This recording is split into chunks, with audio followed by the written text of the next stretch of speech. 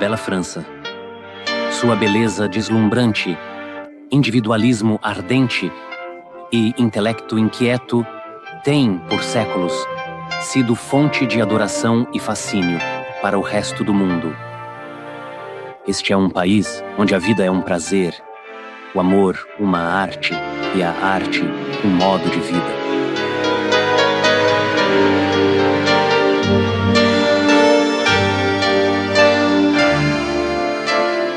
Um povo elegante e autoconfiante que observa outras nações com curiosidade calorosa e também com certa simpatia, por aquele defeito inevitável, o de não serem franceses.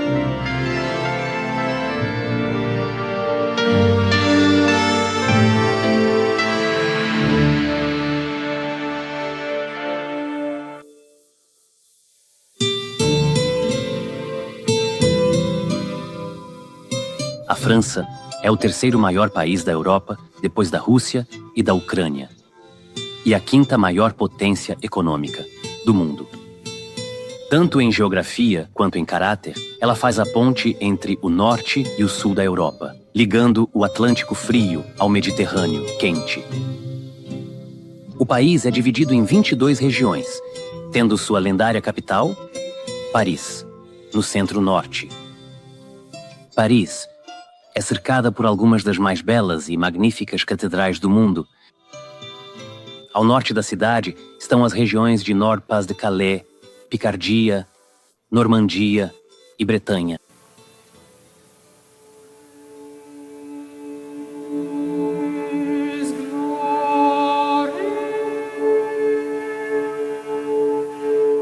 A selvagem Península Ocidental da Bretanha é a região mais antiga da França. O homem vive aqui há mais de 60 séculos.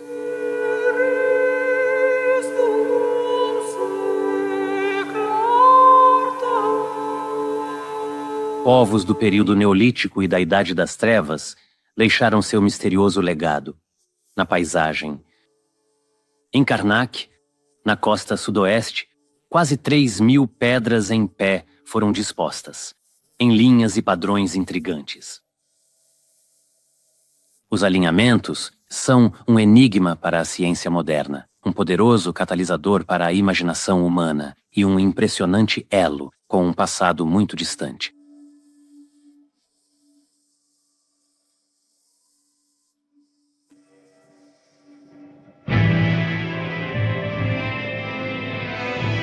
O frio e inflexível Oceano Atlântico desempenhou um papel crucial na formação do caráter bretão. O mar tem sido, durante séculos, tanto a fonte de sustento da Bretanha quanto sua causa de isolamento. 2 das 3 fronteiras da região são com o mar, e a terceira, como gostam de dizer os bretões, é com a França.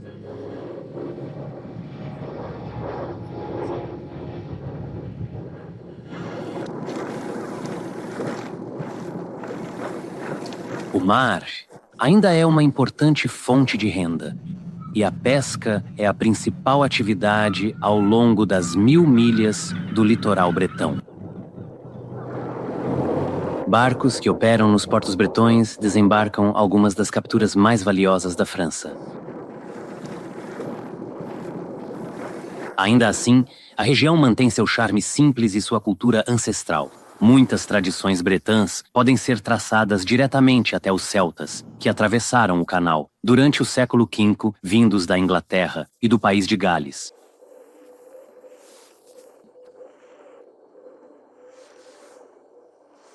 Até o início do século XX, a vestimenta bretã era amplamente utilizada na região. Não é incomum ver mulheres mais velhas usando o traje tradicional com seu alto toucado ou coife feito de renda bretã artesanal. Elas ainda se locomovem de bicicleta, pois a coife não cabe facilmente em um carro. A língua bretã ainda é amplamente falada atualmente e tem muito em comum com o galês.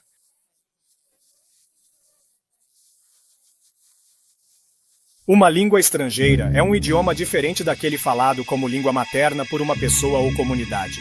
Por exemplo, para quem Erguendo-se em isolamento sobre traiçoeiros areais movediços, o Mont Saint-Michel, na fronteira com a Normandia, é um dos monumentos mais impressionantes da Europa.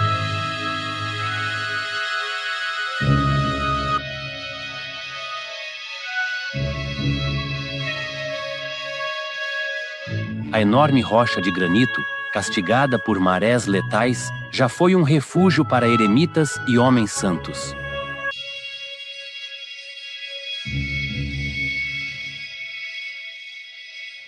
A primeira abadia foi construída depois que o arcanjo Miguel apareceu em sonho a um bispo local.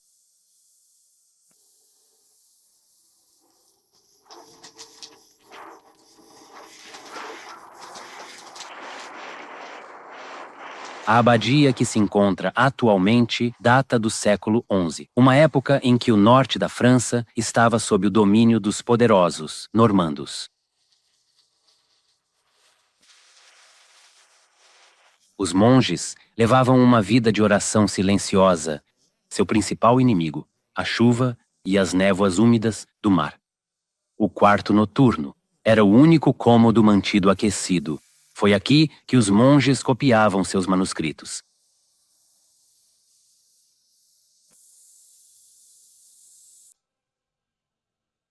No século XII, o poder normando começou a declinar, mas o crescimento do fervor religioso continuou.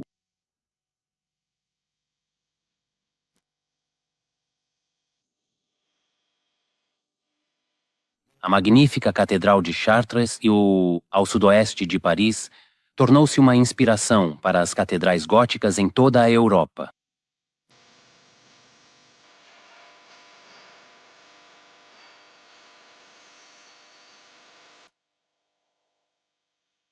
O Portal Real, esculpido com requinte, é considerado uma obra-prima.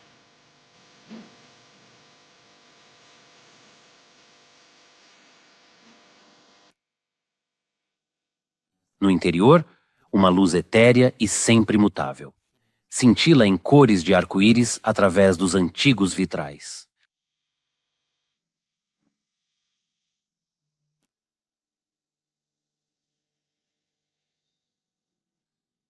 Chartres é apenas uma das inúmeras grandes catedrais encontradas por todo o país. Amiens, na Picardia, é a maior da França e sobreviveu à devastação de 2 guerras mundiais.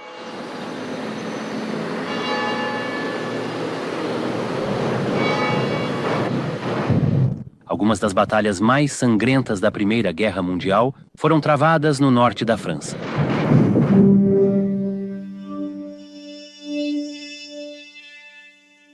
Vastos cemitérios anônimos são o amargo lembrete do maior massacre em massa que o mundo já conheceu. O cemitério de Notre-Dame de Lorette foi palco de carnificina em 1915. 42 mil jovens deram suas vidas em uma batalha por um pedaço de terra, agora obliterados por seus túmulos.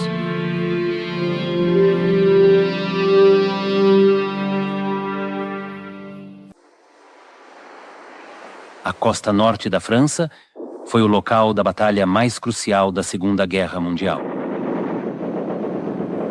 No dia 6 de junho de 1944, os aliados lançaram a invasão do dia D. Durante uma pausa no clima notoriamente instável, tropas americanas, canadenses e britânicas avançaram pelas praias da Normandia.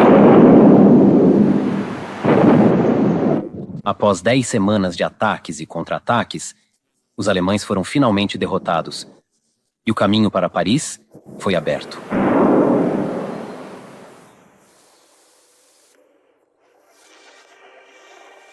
Paris nunca tem um fim. Nas palavras de Ernest Hemingway, onde quer que você vá pelo resto da sua vida, ela permanece com você.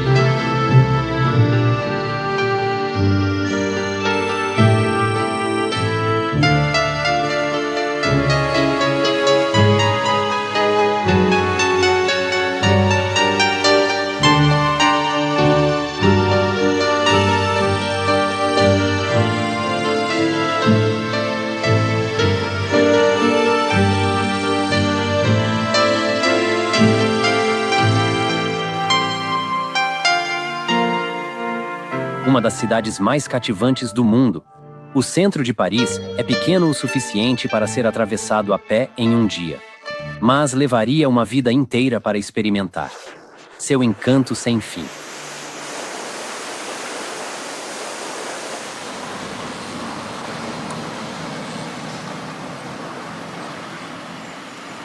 A cidade como é hoje, com seus amplos bulevares, espaços abertos e grandes parques, tem menos de 150 anos.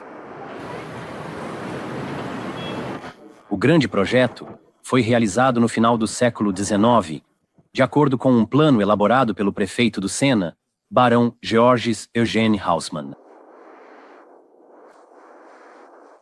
A antiga cidade era um labirinto de vielas medievais e favelas precárias. Grandes áreas dela foram demolidas para dar lugar ao novo plano unificado. Mas esse senso de individualidade, a necessidade de algo novo e surpreendente, não pode ser suprimido por muito tempo em Paris.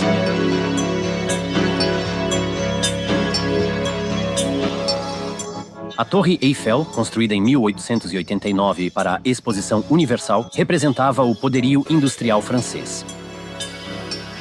Ela foi projetada para ser uma estrutura temporária, destinada à demolição, mas foi poupada para ser usada como antena de rádio. Muitos parisienses odiaram a torre quando ela foi construída. O escritor francês Guy de Maupassant disse que gostava da vista do topo, porque era, como ele mesmo colocou, o único lugar na cidade onde você não pode ver aquela maldita coisa.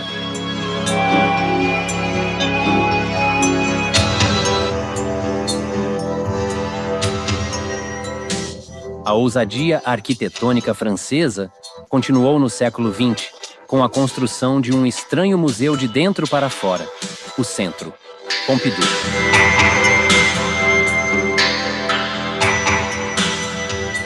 O projeto foi idealizado pelo ex-presidente, Georges Pompidou.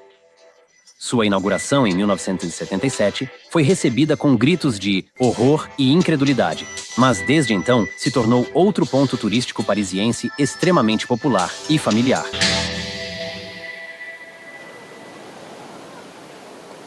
Na década de 1980, uma pirâmide de vidro, erguendo-se do pátio do Museu do Louvre, tornou-se outro foco de polêmica.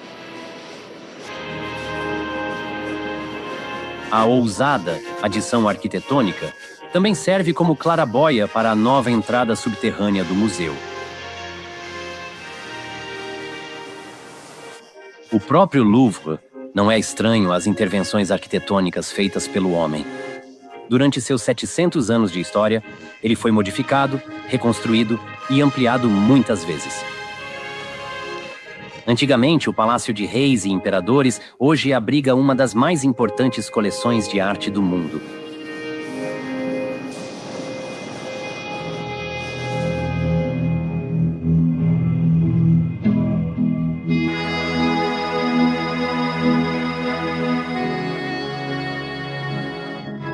Ela reúne obras-primas da Grécia e Roma antigas, além de uma vasta coleção europeia.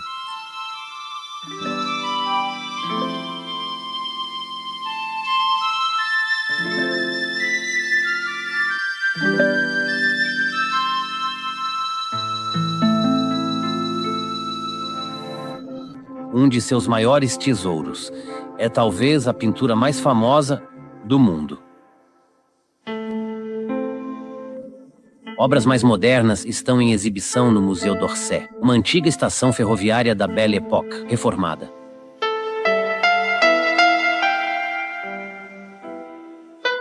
O museu é dedicado ao legado artístico do final do século XIX e início do século XX. Uma coleção de obras-primas modernas está em exibição.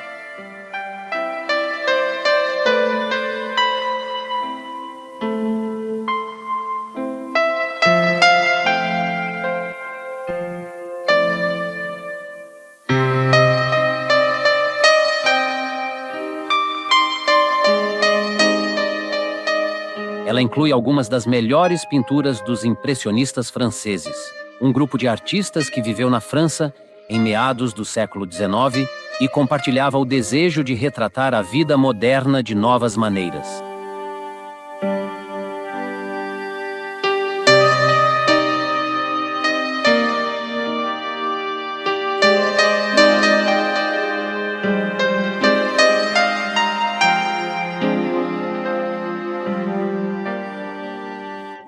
representação da luz em cores prismáticas fragmentadas foi uma ruptura chocante com a noção tradicional de arte.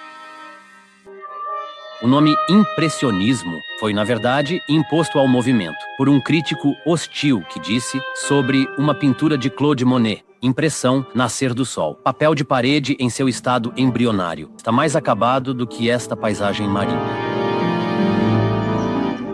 A casa de Monet em Giverny, nos arredores de Paris, foi o cenário de algumas de suas maiores pinturas.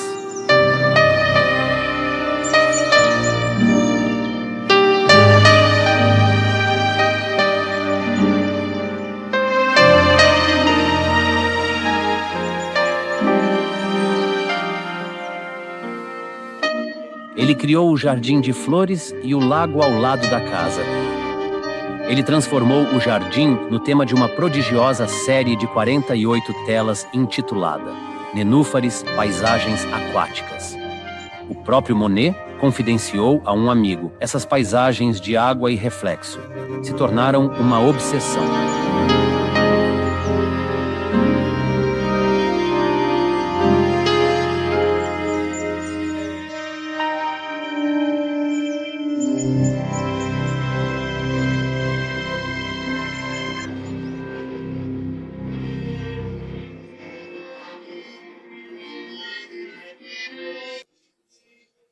O fogo, como é. No século XX, a boemia alegre da vida parisiense foi uma inspiração para muitos pintores, como Toulouse-Lautrec.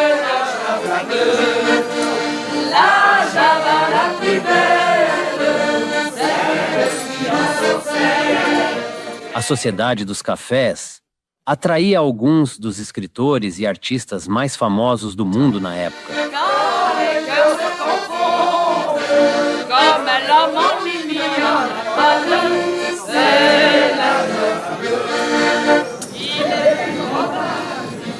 Eles se estabeleceram no bairro montanhoso de Montmartre.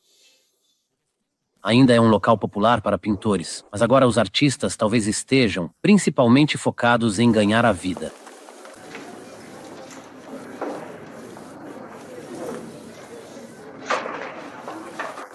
As antigas tentativas de testar os limites do esforço criativo parecem ter praticamente desaparecido.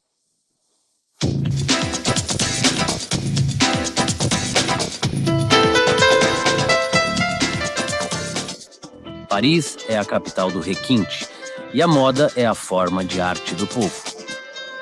Na terra dos amantes, estar bem apresentado é de importância suprema. Só se pode vestir bem em um país onde se despe muito, o costureiro Lanvin teria dito.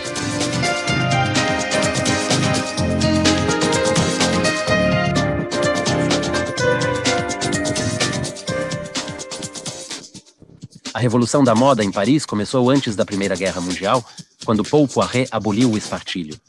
Nos anos 20, Coco Chanel continuou as tendências de libertação ao introduzir o cabelo curto, calças para mulheres, bronzeados e bijuterias.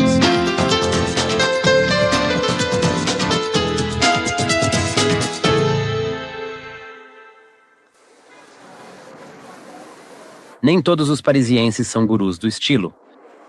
O Quartier Latin, na margem esquerda do Sena, atrai um público mais casual e animado. Refúgio estudantil há 8 séculos. O bairro recebeu esse nome porque o latim era o idioma de instrução. Seu caráter mudou pouco ao longo dos anos e continua sendo um ímã para os jovens. Na extremidade do Quartier Latin, os jardins de Luxemburgo são típicos do elegante estilo conhecido como Jardin à la Française. Os jardins são um refúgio favorito para parisienses de todas as idades, especialmente para quem sofre com os efeitos negativos da vida urbana.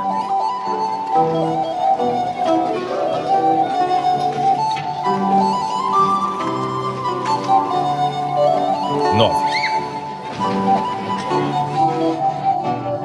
8, 9, 2, 3, 4, 5, 6, 7, 8, 9. Santuário sublime contra as pressões da vida moderna é a vizinha, Sainte-Chapelle. A obra-prima gótica foi construída há 700 anos para abrigar a coroa de espinhos, trazida da Terra Santa durante as Cruzadas.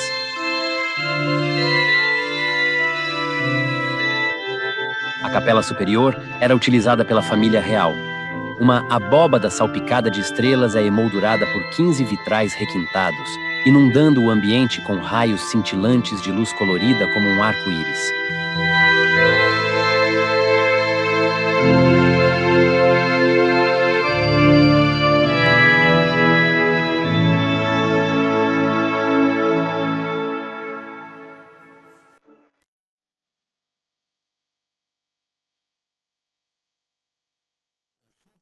A poucos passos da Sainte-Chapelle, e construída na mesma época, está outro grande símbolo parisiense, a magnífica Catedral de Notre-Dame. Desde a Idade Média, a catedral tem sido o núcleo da vida parisiense. Todas as distâncias na França ainda são medidas a partir de sua praça.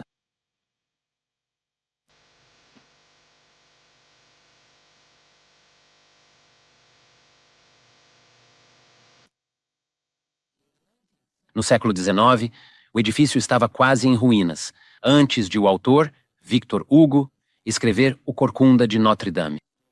A história capturou a imaginação dos franceses. Logo foram encontrados fundos para reparar os danos que haviam sido causados durante a Revolução Francesa.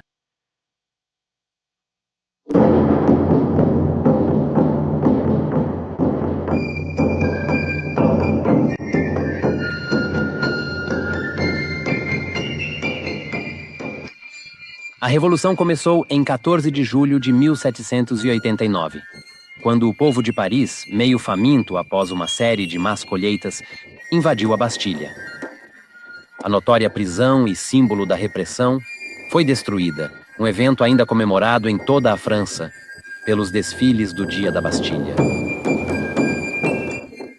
A revolta varreu a monarquia e a luta pelo poder que se seguiu deu início a uma orgia de assassinatos. 40.000 pessoas foram executadas, durante o que ficou conhecido como o Período do Terror.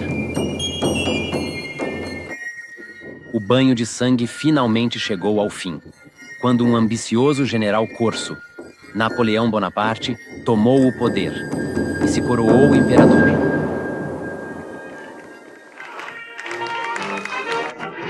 O trauma daqueles tempos deixou sua marca em Paris e no povo francês.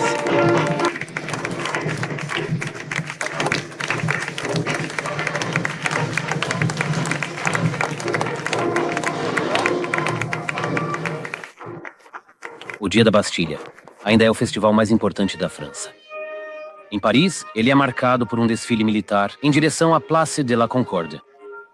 Foi aqui que o rei francês, Luís XVI, foi executado há pouco mais de 200 anos.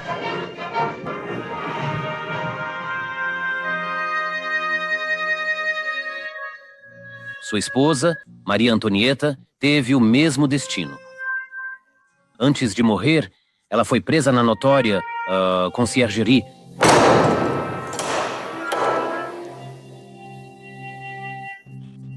Vigiada dia e noite por um gendarme, ela costumava ficar sentada imóvel, simplesmente esperando pelo fim que sabia ser inevitável. Finalmente, em 16 de outubro de 1793, a rainha da França foi retirada de sua cela com os pulsos amarrados e os cabelos cortados.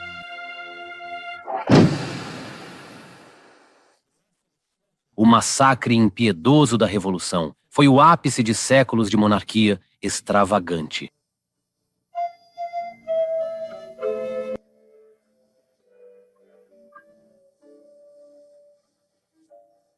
A arrogância e o esplendor do antigo regime estavam personificados no vasto e luxuoso castelo de Versalhes, ao sudoeste de Paris. No século XVII, Luís XIV, conhecido como o Rei Sol, decidiu ampliar um pequeno castelo construído por seu pai. Ele criou o palácio mais grandioso e caro que o mundo já viu.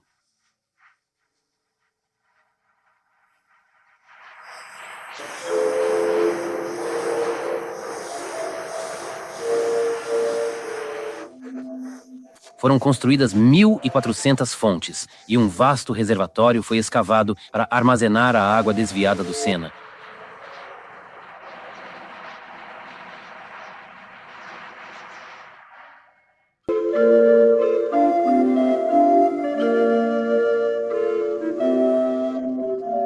Ostentação e opulência eram a ordem do dia.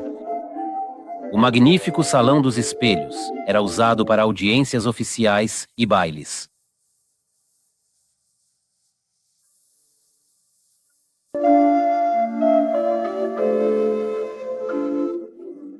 O quarto da rainha mostra o ambiente suntuoso de que desfrutava Maria Antonieta antes de ser aprisionada na conciergerie.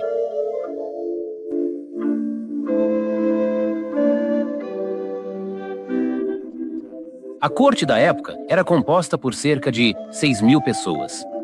Em grandes ocasiões, os cortesãos, sem banho, se amontoavam nos salões do palácio. Disse que o fedor de Versalhes podia ser sentido a vários quilômetros de distância.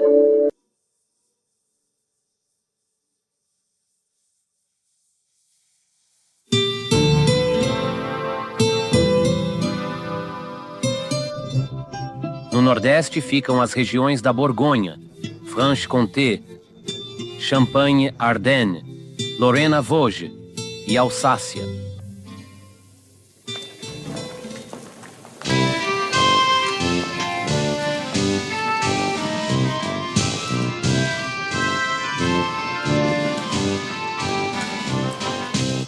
As regiões da Alsácia e Lorena mudaram de mãos entre a França e a Alemanha várias vezes. Elas foram finalmente devolvidas à França tão recentemente quanto em 1919.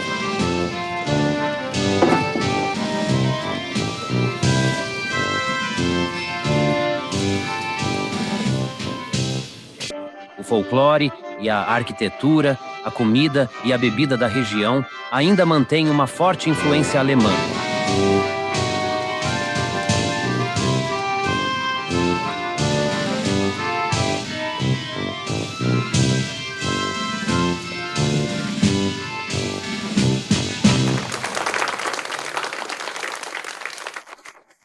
A capital da Alsácia, Estrasburgo, desempenha um papel vital no mundo moderno e é sede de muitas organizações internacionais. La Petite France é a parte mais antiga e bonita da cidade.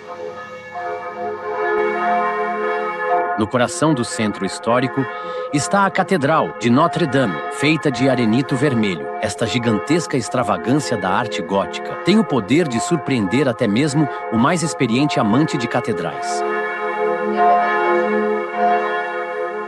Ela está entrelaçada com a vida da cidade há quase 1000 anos. Ela se tornou temporariamente protestante no auge da Reforma e durante a Revolução Francesa foi transformada em um templo da razão.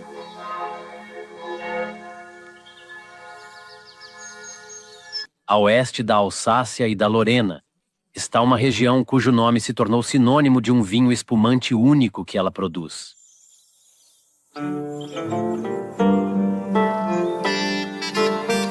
O champanhe foi descoberto por um empreendedor monge beneditino do século XVII, Dom Perignon. Ele era o mestre da adega da abadia, na charmosa vila no alto da colina de Hautvillers. Disse que ele anunciou sua grande descoberta com as palavras: "Venham depressa, estou bebendo estrelas."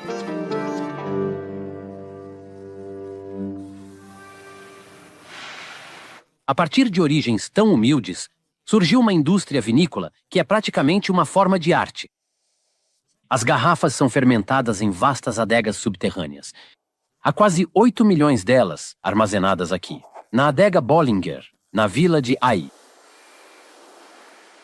O vinho tranquilo da primeira fermentação é misturado com vinhos de reserva, que foram maturados por 5 anos. A Bollinger é uma casa independente que tem sido administrada pela mesma família desde o início do século XIX. Guy Bizot, um dos descendentes da família, considera o processo de blendagem uma das etapas mais cruciais.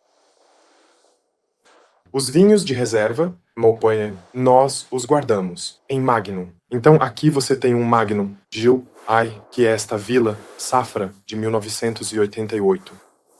Por que os guardamos em Magnum? É porque isso nos permite maturar e envelhecer o vinho muito melhor do que se estivesse em barril ou em tanque. O objetivo dos vinhos de reserva é, claro, garantir a consistência e a continuidade do estilo da casa. Eles também conferem estrutura e sustentação ao vinho. O vinho então passa por uma segunda fermentação e é deixado de 3 a 15 anos para desenvolver seu sabor e as famosas bolhas. Ao final do processo de envelhecimento, as garrafas são giradas manualmente todos os dias. O processo, conhecido como remoage, garante que o depósito de levedura se acumule no gargalo da garrafa. Um bom remoeur pode girar até 50.000 garrafas por dia. Quando o sedimento se acumulou, o gargalo da garrafa é mergulhado em uma solução congelante. As garrafas então são abertas e o gelo, com o depósito aprisionado, é expulso. Acho que a melhor maneira de apreciar uma taça de champanhe é primeiro pelo olfato, certo? E no nariz. Você vai degustar champanhe é uma arte em si. Depois, na boca, quando você coloca o vinho na boca, precisa girá-lo em volta da língua. E o que você vai sentir é a acidez nas laterais. E a fruta no fundo da boca. E o objetivo para nós é criar, através do corte, uma harmonia entre a acidez e a fruta. A Borgonha, outra das muitas grandes regiões vinícolas da França, é um encantador mosaico de campos tranquilos, telhados coloridos e a típica vida campestre francesa.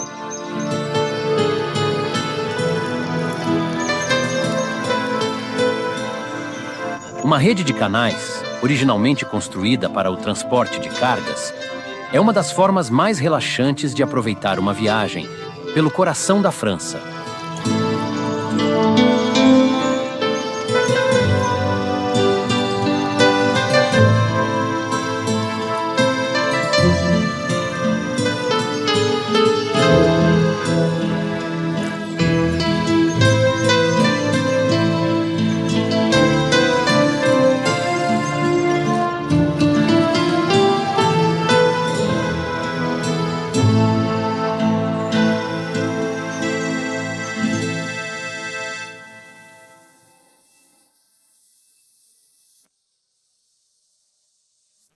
A Borgonha já foi a base de algumas das maiores ordens monásticas. Os abades beneditinos da região tinham quase tanto poder quanto o Papa.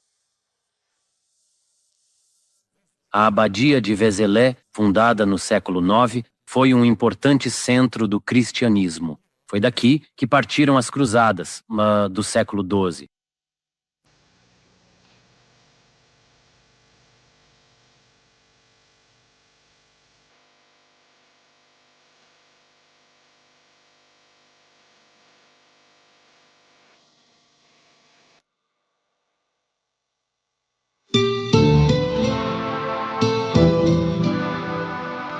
O noroeste da França compreende as regiões do Loire Ocidental, Poitou-Charentes e o Vale do Loire.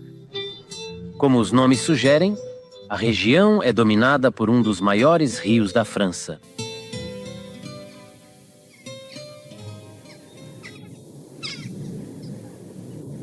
O pacífico Vale do Loire é um santuário para a vida selvagem e o coração da França literária.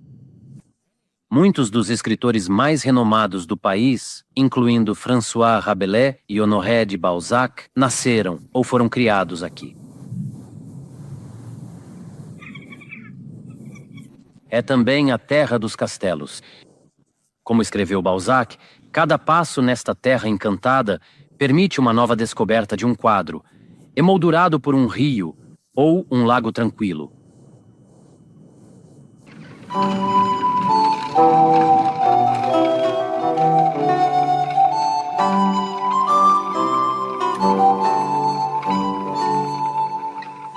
Durante o reinado de Francisco I no século XVI, uma série de campanhas militares na Itália inspirou a absorção de ideias italianas e um grande renascimento artístico na França.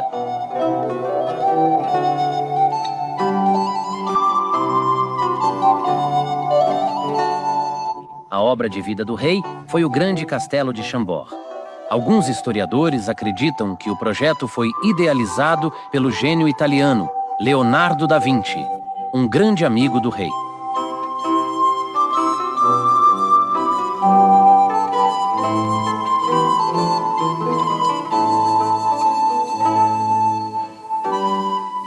Após a morte de François, o tribunal mudou-se para Chenonceau. O novo rei, Henrique V, era obcecado por sua amante, Diane de Poitiers.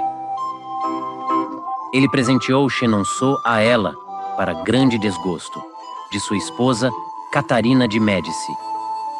Quando Henrique morreu, a rainha não perdeu tempo em expulsar Diane.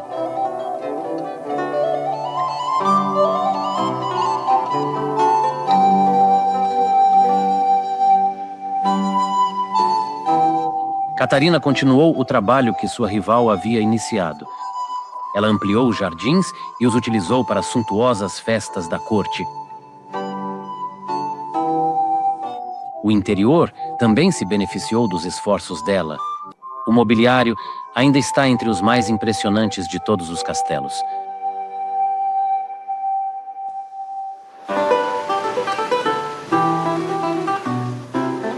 Assim como Chenonceau, Azay-le-Rideau, às margens do rio Indre, foi projetado por uma mulher, Philippa Les-Bailly. Ele foi construído puramente para o prazer estético, sem preocupação com defesa militar.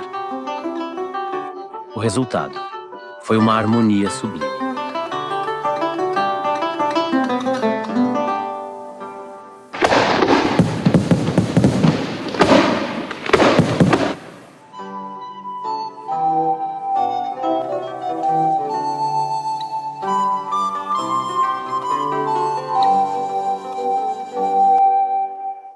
O espetáculo noturno Son et Lumière, ou Show de Som e Luz, um conceito inventado pelos franceses, conta a história do castelo. Philippa, esposa de um dos conselheiros do rei, supervisionou a construção, trazendo os materiais de construção de barco pelo Loire.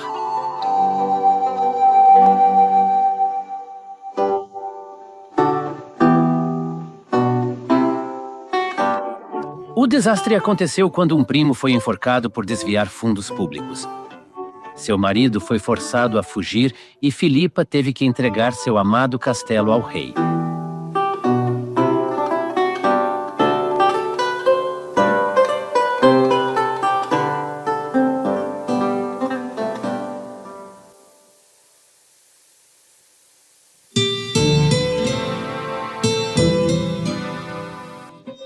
O centro da França é dominado por um enorme planalto, o Maciço Central. A área abrange as regiões de Auvergne e do Vale do Ródano, com sua principal cidade, Lyon, a região de Limousin e os departamentos de Lot e Dordogne.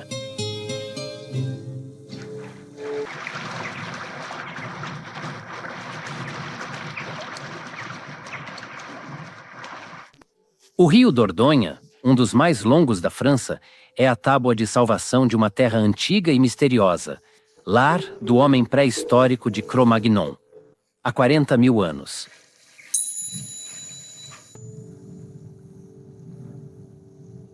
Suas águas serpenteiam por um mundo medieval onde a defesa era prioridade. Fortalezas feudais se erguem em pináculos gigantes de rocha, vestígios de uma era mais violenta.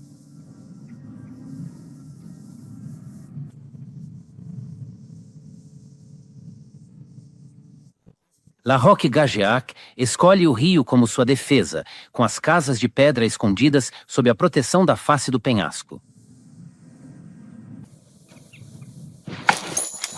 Você ali, tenho certeza. Ali é ali. A região da Dordogne, também conhecida como Périgord, é famosa entre os franceses por uma das iguarias gastronômicas mais valorizadas do país, a trufa. Esse fungo semelhante a um cogumelo é muito raro, muito caro e cresce apenas próximo a um tipo específico de carvalho. Ali, ali, ali, ali, ali. Porcos adoram trufas. Na verdade, trufas são a comida favorita deles. É por isso que o Sr. Chomy conta com a ajuda do focinho sensível, embora barulhento, de Rosalie. A má notícia para Rosalie é que ela não pode comer nenhuma das trufas. Compreensivelmente, isso pode deixá-la um pouco irritada às vezes.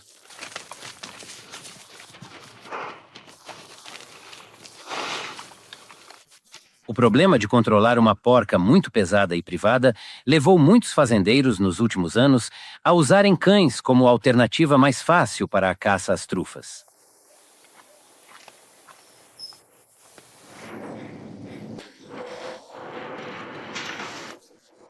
Sopa é uma especialidade em um dos melhores restaurantes da França. Paul Bocuse, considerado por muitos o maior chefe do país, criou o prato no Palácio do Eliseu em 1975, quando se tornou o primeiro chefe a ser condecorado com a Legião de Honra pelo presidente francês. Seu restaurante em Collonges-Mondeur, nos arredores de Lyon, chama-se simplesmente Paul Bocuse. Anuncio 2 sopas de molho e 2 sols. Não são 2 sopas de molho, são 2 vegé. Obrigado. Sim. Espere.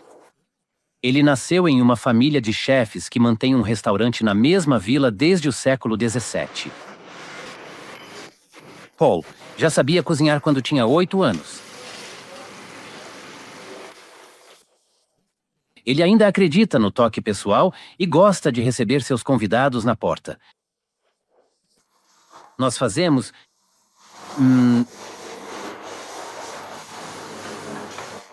O segredo do seu sucesso é uma verdadeira compreensão dos prazeres do paladar e do olfato. Paul Bocuse está no auge do talento francês para a culinária, encontrado em cidades, vilarejos e aldeias por todo o país.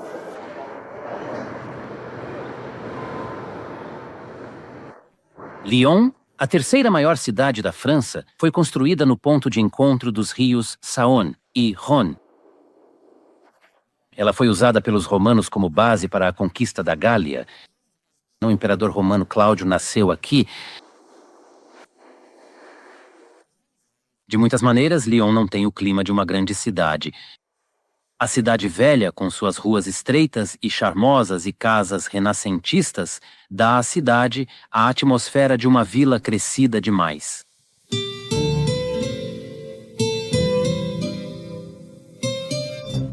No sudoeste estão as regiões de Languedoc-Roussillon, Midi-Pyrénées e Aquitânia, com sua famosa região vinícola, Bordeaux.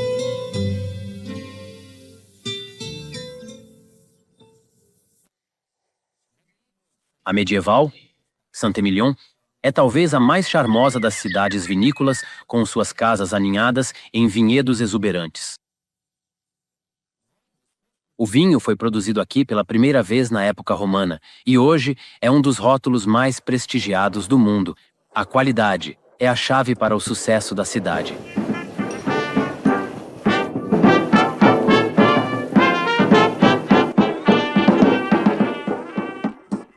Há 8 séculos foi criado um conselho de pares, ou jurado, para supervisionar a produção de vinho. Todos os anos eles desfilam pelas ruas em um ritual que dura o dia todo, chamado jurat, para anunciar o resultado da colheita.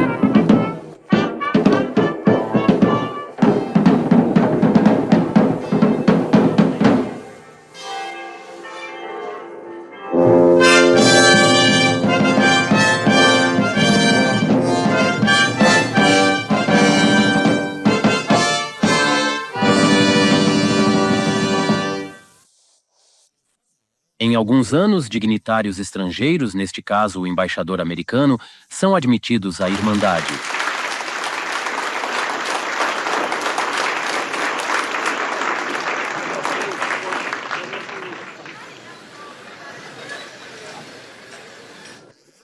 Após um banquete e criteriosa degustação de vinhos, os membros do Jurat sobem ao topo de uma ruína na colina com vista para a cidade e proclamam o resultado suas deliberações.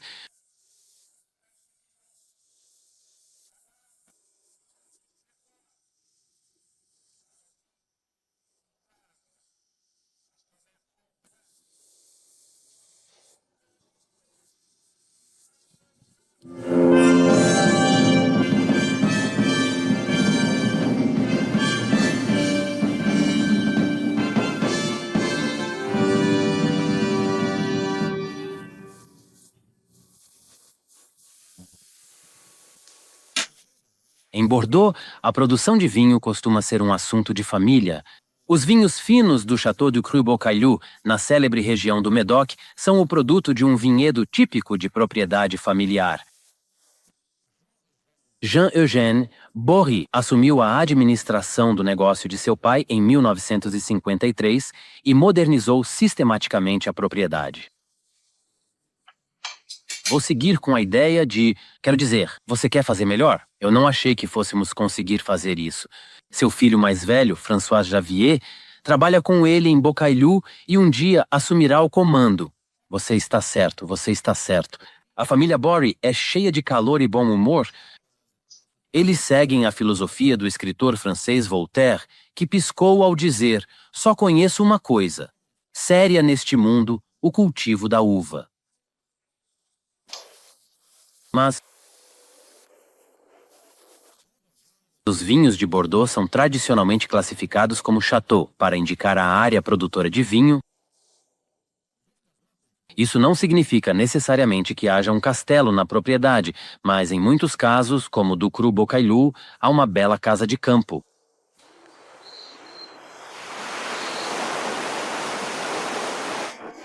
O sul da Aquitânia e grande parte do Midi é dominado pelos magníficos Pirineus, a fronteira natural entre a França e a Espanha.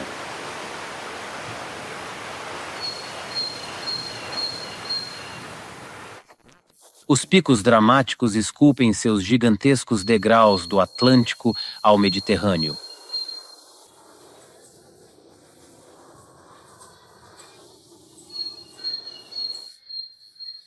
De Bulgária a Montanha eu venho, do norte da Europa.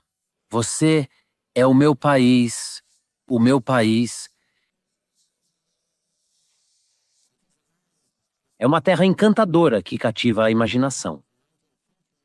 No século XIX, um oficial enviado de Paris para cá, Alfred de Romans, ficou tão profundamente inspirado pelo ambiente ao seu redor que compôs uma série de canções de montanha e formou Les Montagnards.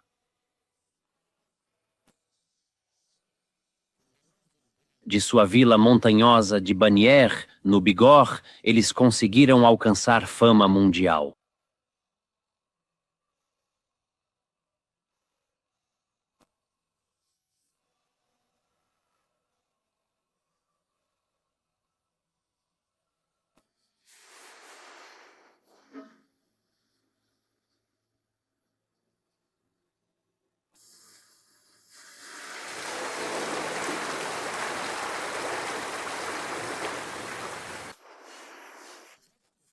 Os Pirineus Ocidentais são a terra dos bascos, um povo extremamente independente, com sua própria língua, tradições e cultura. Acredita-se que sejam um dos povos mais antigos da Europa. As casas rurais bem cuidadas e caiadas de branco na vila montanhosa de Asca são típicas da arquitetura basca. As pessoas têm orgulho das casas e o sobrenome costuma descrever a própria residência. Echeverri, um sobrenome basco comum, significa casa nova, ou Ekondi, significa casa grande.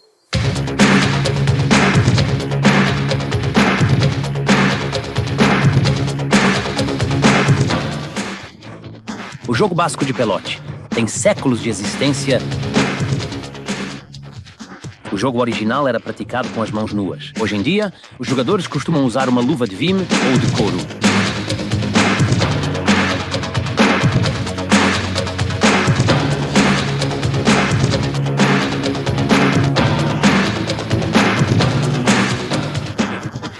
um jogo que combina habilidade, agilidade e velocidade, muito adequado ao temperamento ardente dos bascos.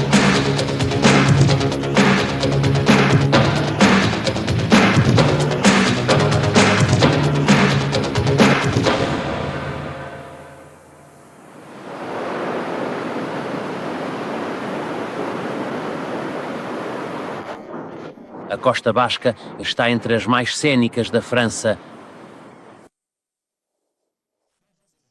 Saint-Jean-de-Luz, um porto de pesca dos dias atuais, é uma das cidades costeiras mais pitorescas. Ela foi em grande parte construída com os lucros da pirataria. O balneário da Costa Basca Biarritz manteve reputação chique e sofisticada, adquirida no século XIX. Também é um paraíso para surfistas.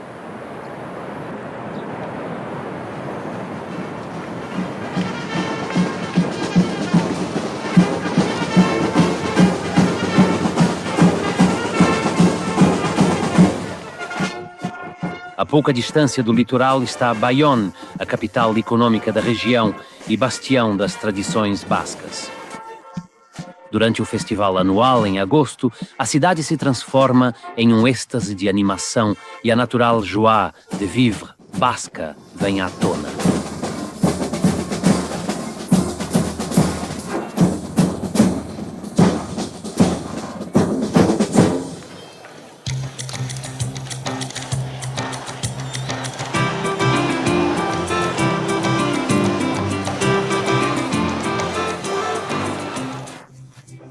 Os jovens bascos têm a oportunidade de provar sua coragem durante a Course des Vaches, um dos destaques do festival.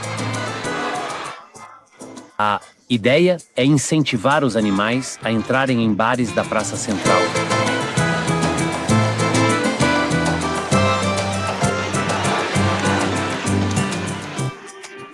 Embora os chifres estejam protegidos, é importante manter-se atento. Inevitavelmente, há alguns hematomas e alguns ossos quebrados, mas as lesões geralmente não são graves.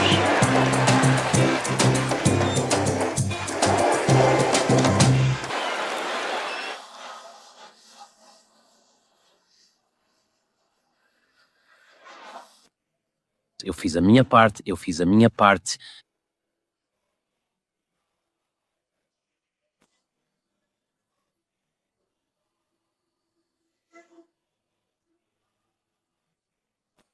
Dia, meu dia, meu dia. Vai lá? Meu dia, meu dia. Para a maioria, é mais uma história para contar nas celebrações noturnas, quando a cidade se enche de música, risos e canções.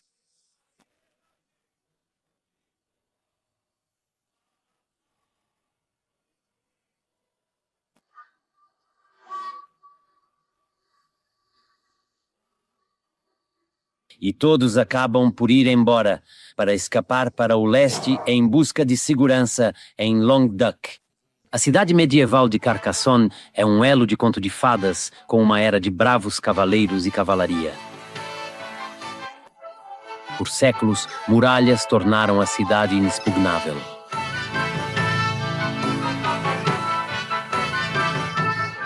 As primeiras muralhas, originalmente construídas pelos romanos, foram reforçadas no século XIII. Na mesma época, uma nova muralha circular garantiu a invulnerabilidade da cidade.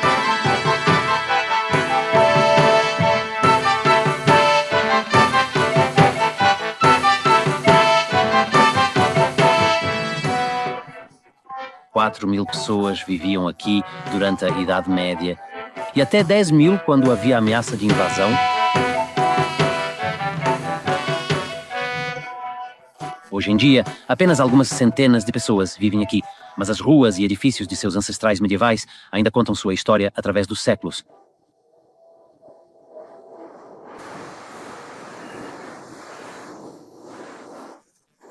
Languedoc é um paraíso para os amantes da natureza, com vastos espaços abertos e desfiladeiros espetaculares.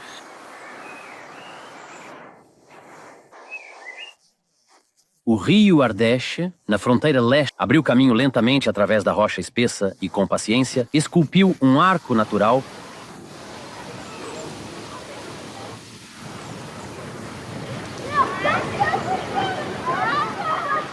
Pont d'Arc, como é conhecido, é um cenário deslumbrante para canoeiros e nadadores.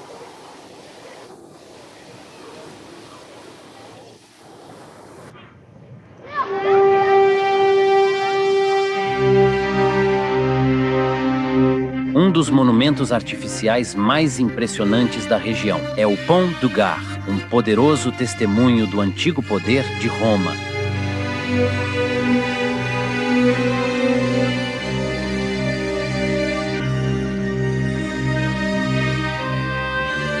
Este vasto aqueduto antigamente levava o abastecimento de água para a cidade vizinha de Nimes.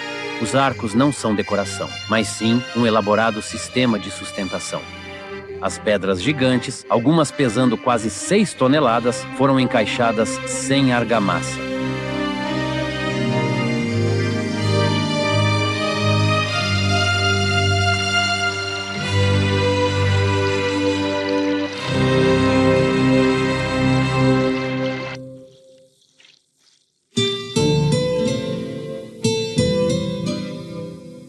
O Sudeste é, de muitas maneiras, o parque de diversões da França. Inclui a famosa Côte d'Azur, a rica paisagem da Provença e os imponentes Alpes franceses, que se estendem até Dauphiné-Alpes e Savoia,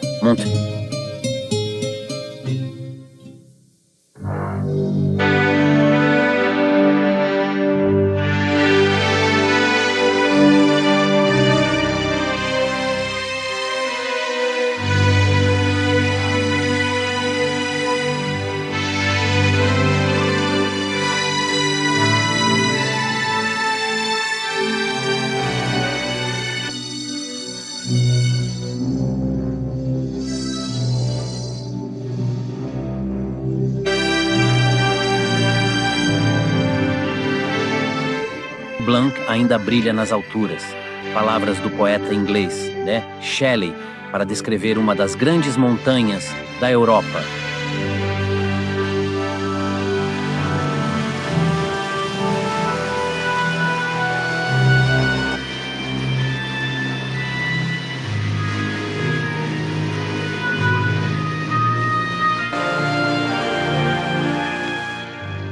Este deslumbrante paraíso alpino é onde os habitantes das cidades da França e de muitos outros países europeus podem revigorar os espíritos cansados.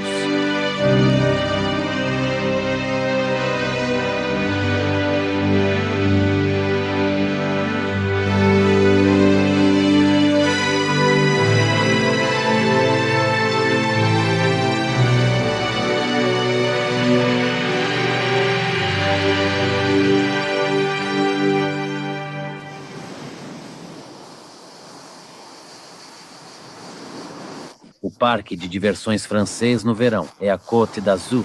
O clima ensolarado e as águas azul safira são um imã, não apenas para os chiques e ricos.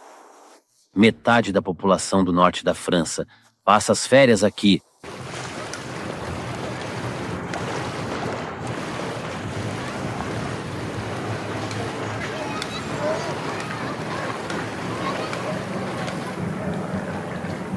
O resort mais famoso e renomado desta terra de férias hedonista é Saint-Tropez.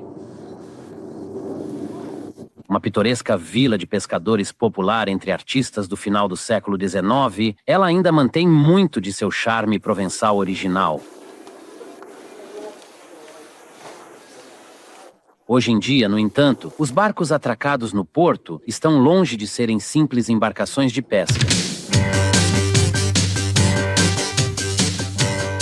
A Riviera começou a adquirir sua reputação glamurosa na década de 1920, quando se tornou popular entre nomes famosos como F. Scott Fitzgerald e Coco Chanel. A reputação chique de Saint-Tropez foi consolidada nos anos 1950 por Brigitte Bardot, que ainda vive na região.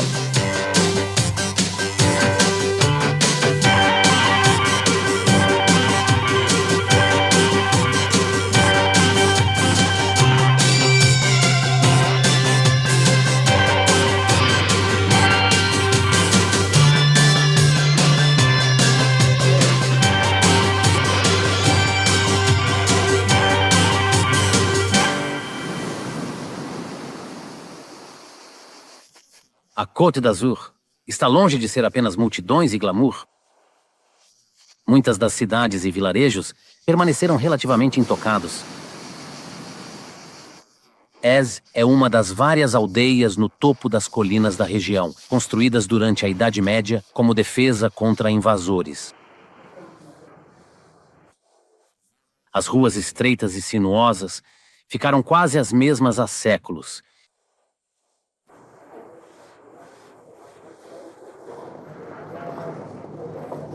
A oeste da Côte d'Azur está uma região cujo próprio nome evoca imagens que encantam os sentidos. A Provença, onde a terra fértil e o sol dourado trabalham em harmonia para produzir uma colheita deslumbrante. No mercado de Aix, a capital da Provença, a abundância e variedade das riquezas da natureza são típicas da região.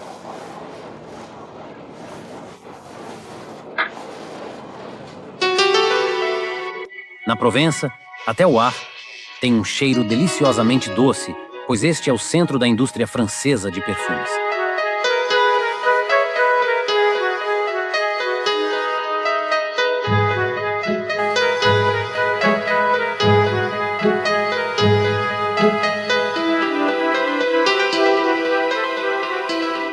O clima ameno e o abrigo das montanhas protetoras tornam a região ideal para a produção de flores quase o ano todo. O comércio de perfumes teve origem aqui, há 400 anos. Um grupo de fabricantes de luvas italianos começou a usar essências florais para perfumar suas luvas de couro macio.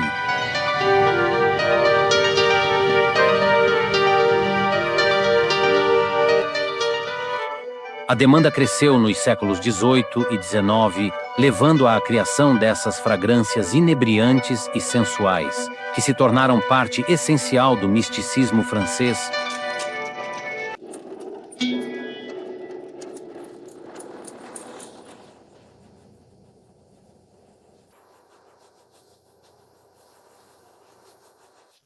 A paisagem da Provença é vasta e variada. A beleza suave de bosques exuberantes e planaltos ondulados, todos salpicados de lagos azulados. A tranquilidade de vilarejos adormecidos no topo das colinas, banhados pelo sol quente. O drama de enormes desfiladeiros de rios, esculpindo seu caminho por rochas calcárias escarpadas.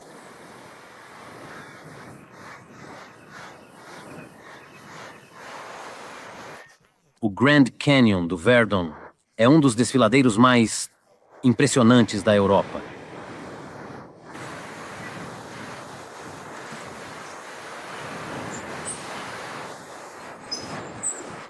O imenso abismo se estende por 19 quilômetros, em alguns pontos caindo mais de 600 metros até as águas do rio Verdon.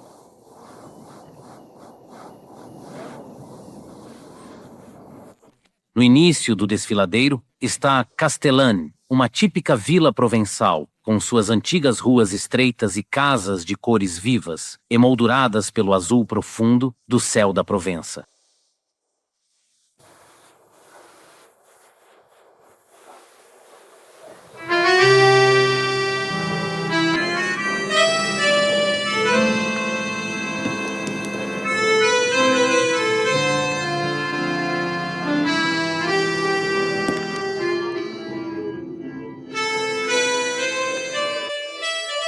Ritual importante na maioria das cidades e vilarejos da Provença. É o jogo de boules, ou petanca, uma modalidade de bocha.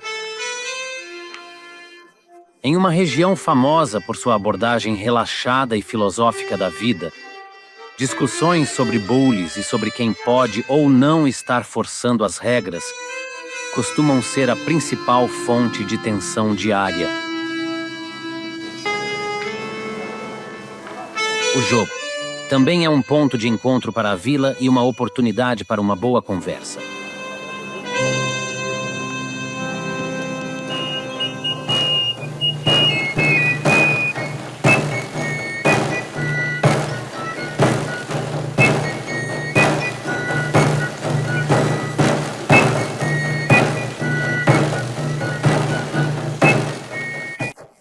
região possui suas próprias tradições musicais.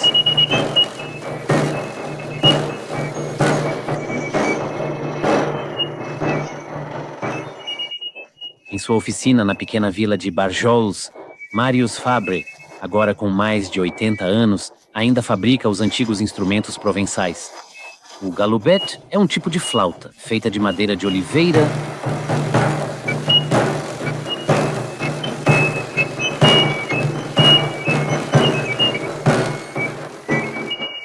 O tamborim é um tambor ricamente entalhado, feito de nogueiras locais.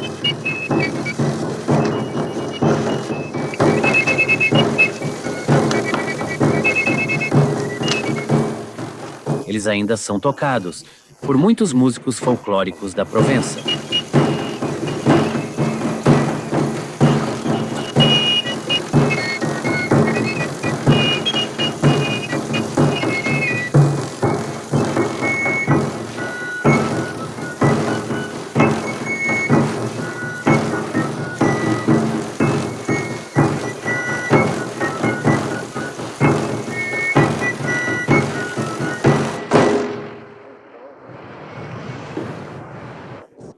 Marsella é a maior cidade da Provença e a mais antiga da França.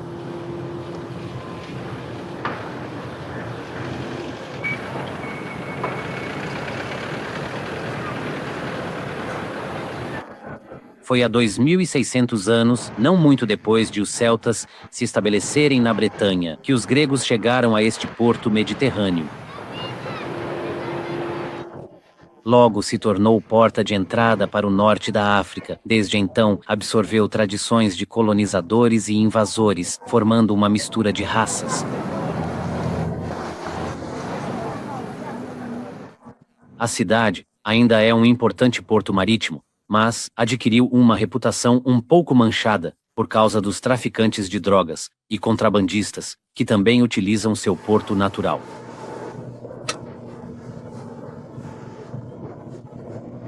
Vermelho duplo. Vou te arrumar um grande, sabe? Um bem grande. Apesar da má reputação, Marsella é uma cidade fascinante e empolgante. Sua personalidade forte só aumenta seu charme. O mercado diário de peixes, no velho porto, é um dos melhores lugares para apreciar o colorido da cidade.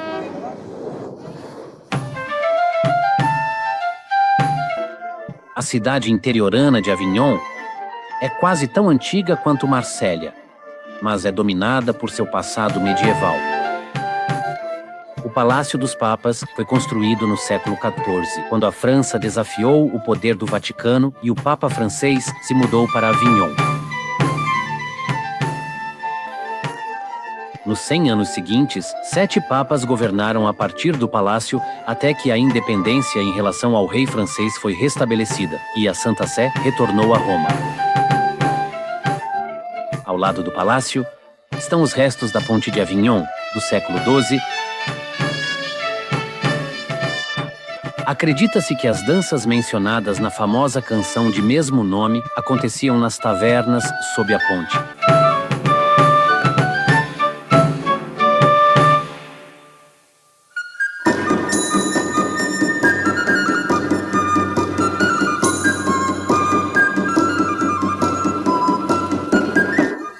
Durante o verão, Avignon cedia um festival que dura um mês e dá à cidade uma atmosfera de carnaval.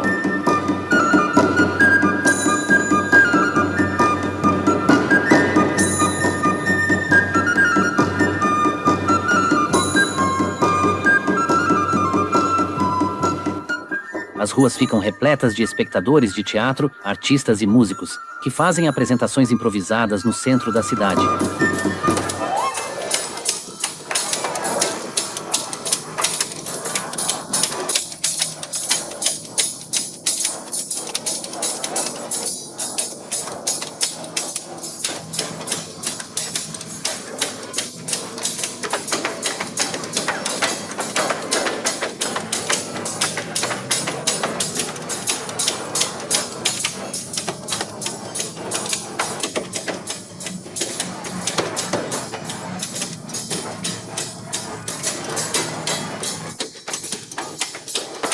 Mas isso...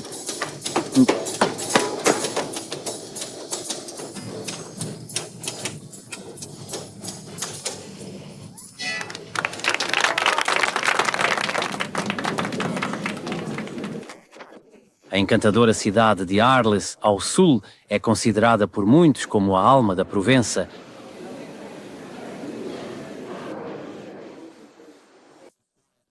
As tranquilas ruas secundárias parecem pertencer a outra época. É fácil imaginar Vincent van Gogh vagando pelo labirinto de vielas durante seus anos atormentados aqui.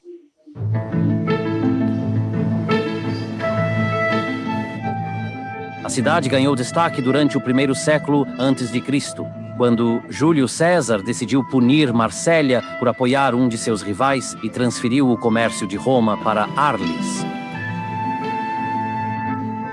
A cidade acabou se tornando a capital da Gália Romana. O enorme anfiteatro, que já foi palco de gladiadores, agora serve de arena para touradas e comporta 20.000 espectadores.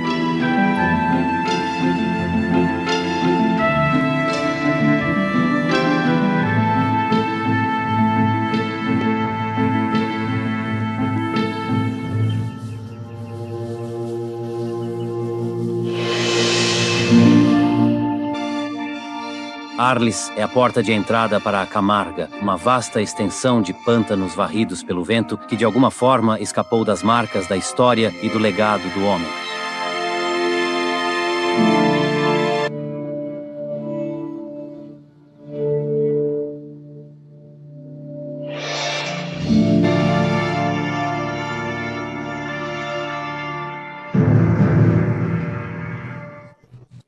A principal fonte de renda, desde os tempos romanos, são as vastas salinas, que ainda produzem 90% do sal marinho da França.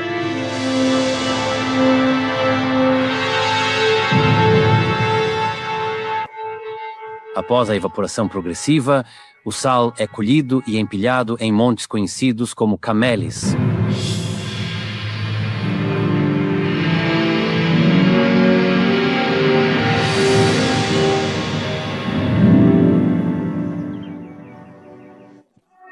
A Camarga é um dos maiores pontos de migração de aves da Europa.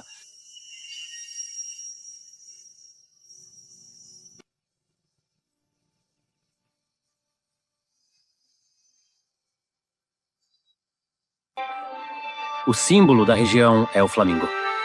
Essas aves graciosas são fascinantes de observar enquanto usam seus pés palmados e o bico curvado para baixo para extrair invertebrados da lama.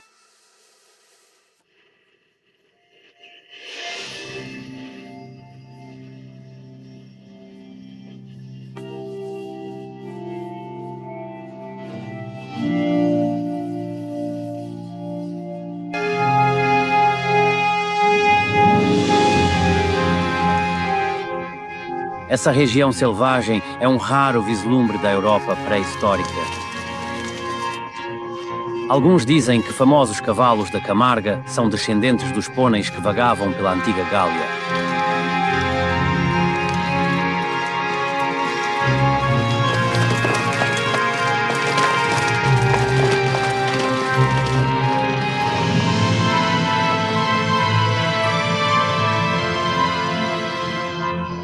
Eles dividem território com os vaqueiros da Camarga, conhecidos como Guardians.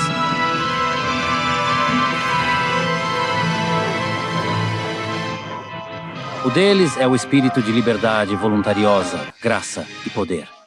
Um espírito que não pode ser domado ou controlado. O espírito da França.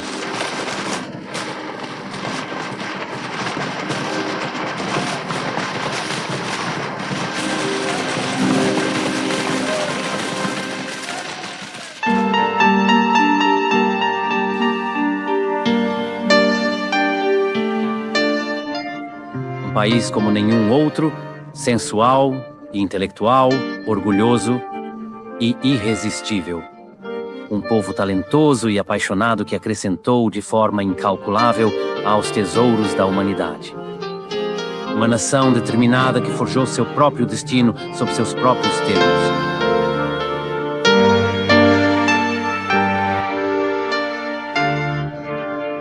França é, acima de tudo, verdadeiramente apaixonada pela vida. E o resto do mundo é apaixonado pela França.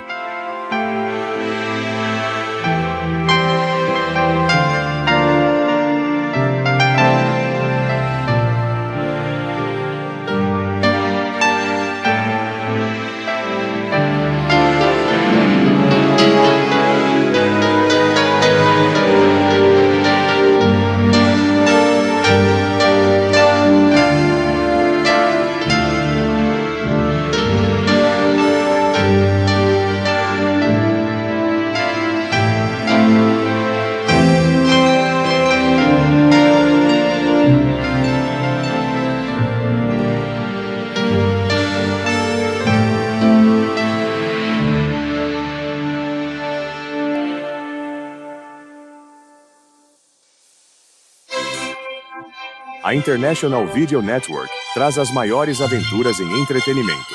Documentários premiados da Reader's Digest. Explorando as obras-primas do homem e da natureza. Vídeos de planejamento de viagens da Fodors. Olhares reveladores sobre os povos, lugares e culturas do mundo. Expedições em vídeo da Rand McNally, levando você a alguns dos lugares mais remotos e perigosos da Terra. Rand McNally, Viajantes em Vídeo. Passeios relâmpago que você pode aproveitar no conforto da sua sala de estar. Super cidades, celebrando as cidades mais amadas do mundo. E visitas em vídeo, levando você para destinos exóticos, românticos e populares. Rede Internacional PIN de Vídeo, grandes aventuras em vídeo. Procure seu revendedor local de vídeos ou ligue para a International Video Network no 1-800-6669-444486 para catálogo grátis. Mais de 250 vídeos de viagem e documentários.